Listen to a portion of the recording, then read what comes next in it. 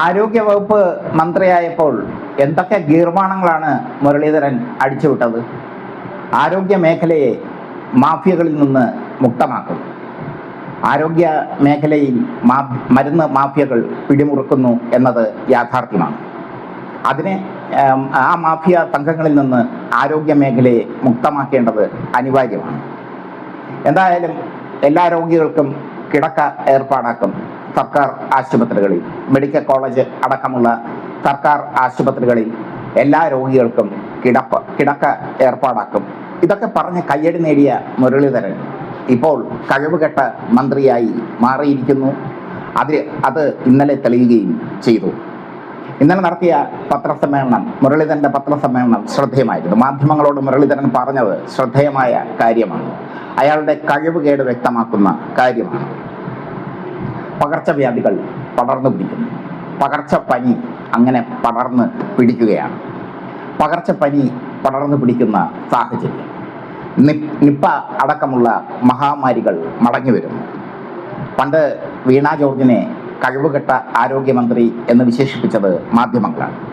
അതിനു മുമ്പ് നിപ്പയെയും കോവിഡിനെയും സമർത്ഥമായി അതിജീവിച്ച്, സമർത്ഥമായി പ്രതിരോധിച്ച് ചരിത്രത്തിൽ ഇടം നേടിയ ശൈലജ ടീച്ചറെ നിപ്പ റാണി, കോവിഡ് രാജ്ഞി എന്നൊക്കെ വിളിച്ച് കളിയാക്കിയത് KPCC അധ്യക്ഷൻ മുല്ലപ്പള്ളി രാമചന്ദ്രനാണ്.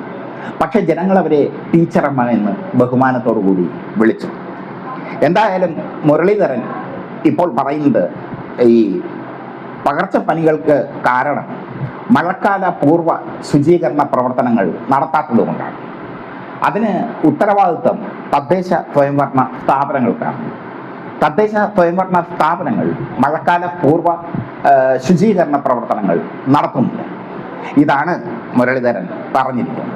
പിന്നെ ആരോഗ്യമന്ത്രിക്ക് എന്താണ് ജോലി? ജനങ്ങൾ പകർച്ചപ്പനി പിടയുകയാണ്. ആശുപത്രികൾ പകർച്ചപ്പനി ബാധിച്ചവരെ കൊണ്ട് നിറയുകയാണ്. ഈ സാഹചര്യത്തിൽ ഞഞ്ഞാ പിഞ്ഞ പറയണോ മുരളീധര എന്നാണ് പൊളിറ്റിക്സ് കേരളയ്ക്ക് ചോദിക്കാനുള്ളത്. പകർച്ചവ്യാധി പടർന്നു പിടിക്കുന്നതിനെ പറ്റി അവലോകന കമ്മിറ്റിയെ, ഒരു എക്സ്പെർട്ട് കമ്മിറ്റിയെ വെച്ചിട്ടുണ്ട് മുരളീധരൻ. ഡോക്ടർ SS ലാലാണ് അതിൻ്റെ ചെയർമാൻ. ശ്രീജിത്ത് N കുമാർ അടക്കമുള്ള ഡോക്ടർമാർ കമ്മിറ്റി അംഗങ്ങൾ, കൺവീനർമാർ.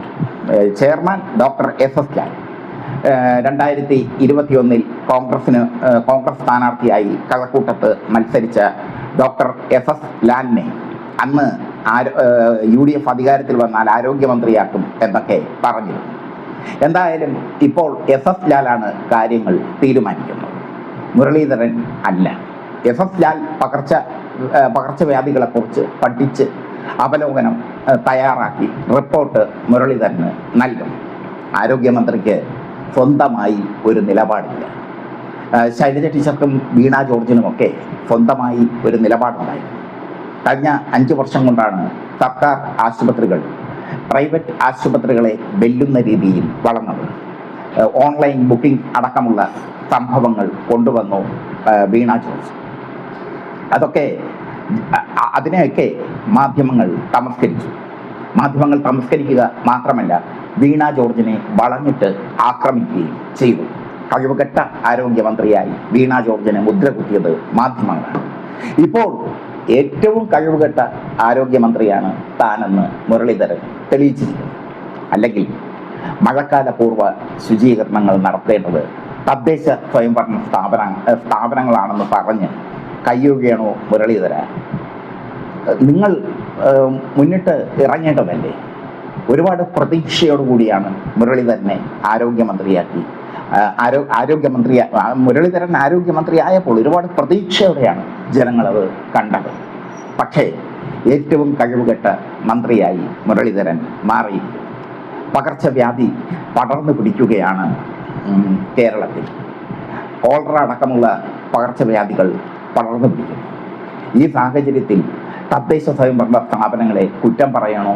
അതിനെ പ്രതിരോധിക്കാനുള്ള മാർഗങ്ങൾ തേടണം. പണ്ട് പകർച്ചവ്യാധി പടർന്നു പിടിച്ചപ്പോൾ വീണ ജോർജിനെ അറ്റാക്ക് ചെയ്യാൻ VD സതീശൻ മുമ്പിലുണ്ടായിരുന്നു. ഇപ്പോൾ മുരളീധരൻ പറയുന്നു ഡോക്ടർ എസ് ലാലിൻ്റെ നേതൃത്വത്തിൽ അവലോകന കമ്മിറ്റി വെച്ചിട്ടുണ്ട്.